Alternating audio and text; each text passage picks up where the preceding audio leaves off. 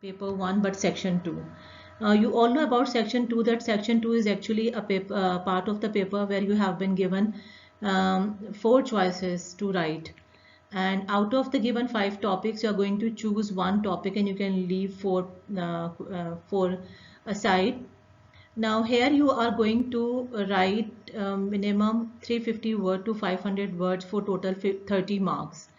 Let's have a look on this part of the paper, how it is spaced.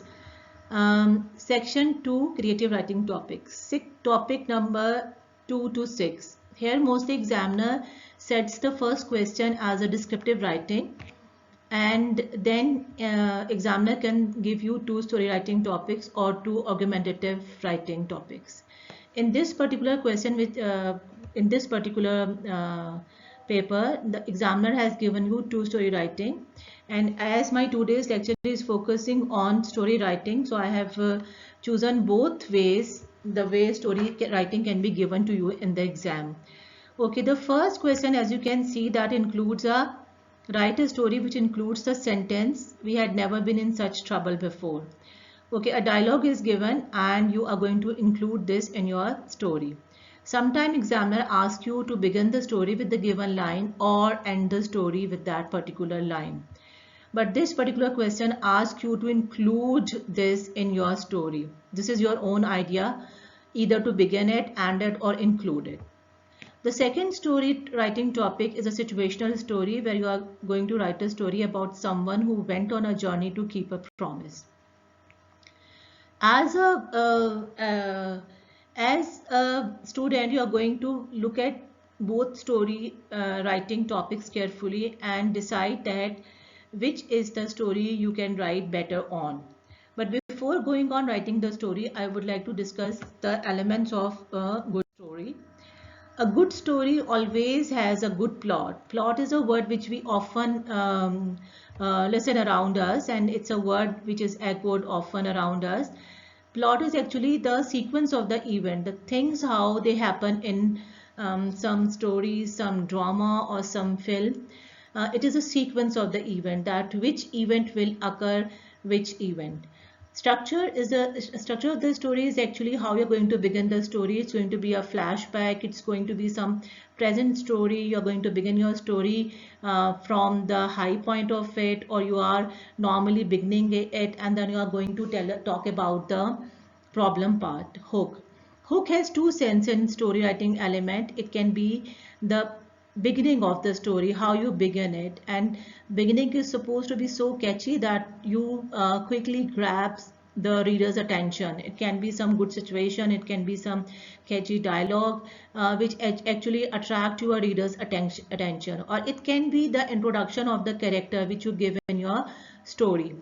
And the setting of the story as well. Again, you know that this part is done by a careful description given by the writer. Okay, we never directly describe about our characters. We never directly talk about the setting. It is the feeling of the character. It is the description of the author that sets the image of the character in writer's mind, and that sets the whole story background or setting or atmosphere in the reader's mind. Then the problem part. There is not a story where there is no problem. Okay, so always there will be some conflict part. It can be some conflict within the character. It can be some conflict of a character to other character, or of a character to the society. It can be some minor problem. Anything can be which can create a problem is actually a part of it. And some events in the stories, they actually let readers know that what is the actual problem, and those events are called rising action. So intentionally, as a good writer, you should clearly tell the reader that what is the actual problem. Then climax part of the story is the most exciting part. It is the part which you never forget in the story. You remember that at till reaching the climax, you are fixed to that story. That story completely takes you in. So that needs to be built carefully. Then the following action comes after climax, where you are actually again adding 2 or 3 events, and we're going towards the solution part. And the last part of the story is the resolution. So we need not to give headings of these things in our story. These things will be kept in our mind. And these things actually are the part of our planning. When we are writing a story, we are going to look at all these things in our mind, that how am I going to address all these elements of story in my story. Okay, this is how this is a setting, a picture which is um, telling you about the setting, that how a setting, a good description creates a whole scene in your mind. This again talks about the elements of story.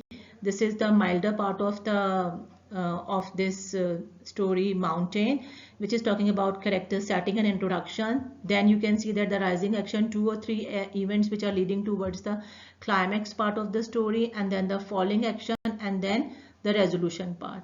So this is how a rough idea of this story, Mountain, can help you to write a good story. Okay, now as you know that this part of the paper is going to secure you 30 marks. Now the 30 marks are divided into 15 marks for the quality of language you are using.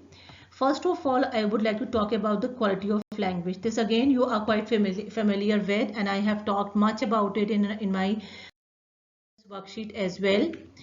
The next thing is the appropriateness and the content. This is for 15 marks again. Now, whatever you are writing, it has to be relevant, and an interest should be aroused, not only produced in reader's mind, it should be continued. Your tone and register should be appropriate, and whatever description you are given, that develops a good image in reader's mind, and reader is actually able to visualize what is happening in the story and how are the characters in the story. Your narratives, it should be complex but sophisticated. You're using the possible tenses, and you are having many devices, like you can use a flashback device to create a good story. So this was all about writing the story. I hope that now when you are writing a story, you will be careful about using appropriate content. You'll be quite clear about how you have to be focusing on your language, that few of the dialogues well punctuated, good use of language will definitely help you to get good marks in your paper. And as I always ask you, that a good writer is a one who reads a lot. Please, reading makes a man good writer.